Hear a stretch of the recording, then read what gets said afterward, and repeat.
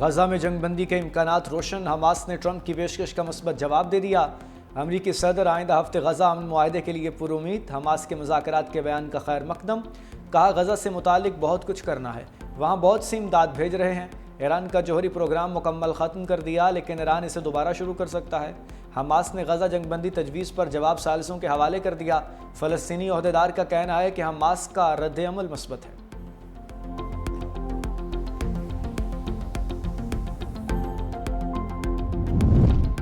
Punjab assembly کے معطل opposition ارکان کے لیے ایک اور مشکل، 10 ارکان نے توڑ پھوڑ کے الزام پر جرمانہ تاحال جمع نہیں کرایا۔ ذرائع اسمبلی کے مطابق جرمانے جمع نہ کرانے پر اسپیکر آفس کا مزید کارروائی کا فیصلہ، اپوزیشن کے 10 ارکان کی تنخواہوں سے جرمانے کی رقم لینے پر غور۔ اجلاس میں مائک توڑنے پر 10 ارکان پر 20 لاکھ روپے سے زائد کا جرمانہ عائد کیا گیا تھا۔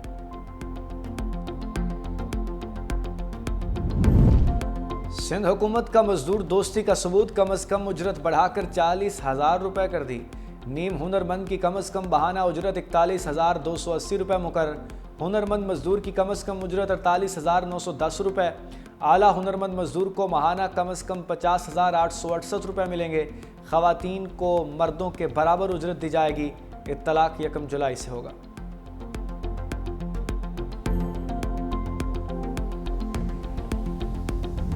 برستے بادلوں کی مسلسل مہم جوئی، لاہور کے مختلف علاقوں میں رمزم، گرمی اور ہب سے جان نہ چھوٹی۔ High Court, Mall Road, Jail Road, Shadman, Ichhra, Ferozepur Road میں بوندا باندی۔ محکمہ موسمیات کا آج اور کل شدید بارشوں کا الرٹ۔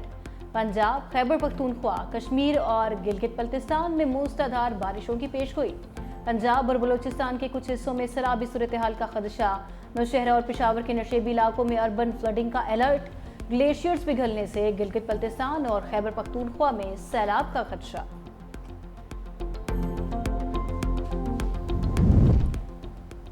گنج بخش فیض عالم مظہر نور خدا حضرت علی حجویری المعروف داتا گنج بخش کے مزار کی سالانہ غسل کی تقریبات، مرکز تجلیات کو منو عرق گلاب سے غسل دیا گیا۔ ڈپٹی وزیر اعظم اسحاق ڈار، صوبائی وزراء چودھری شافع اور بلال یاسین کی شرکت۔ مزار پر پھولوں کی چادر چڑھائی گئی۔ ملک کی ترقی، خوشحالی، استحکام اور قیام امن کے لیے خصوصی دعا۔ پاکستان سے منہ کی کھانے کے بعد مودی سرکار کی نئی ترکیبیں، ڈرون ٹیکنالوجی میں خود کفیل ہونے کا پلان بنا لیا۔ اگلے 3 سالوں کے لیے 23 کروڑ 40 لاکھ ڈالر مالیت کا نیا منصوبہ شروع کرنے کا فیصلہ۔ ریوٹرز کے مطابق سول اور عسکری دونوں اقسام کے ڈرونز اور اینٹی ڈرون سسٹمز کو مقامی طور پر تباہ کیا جائے گا۔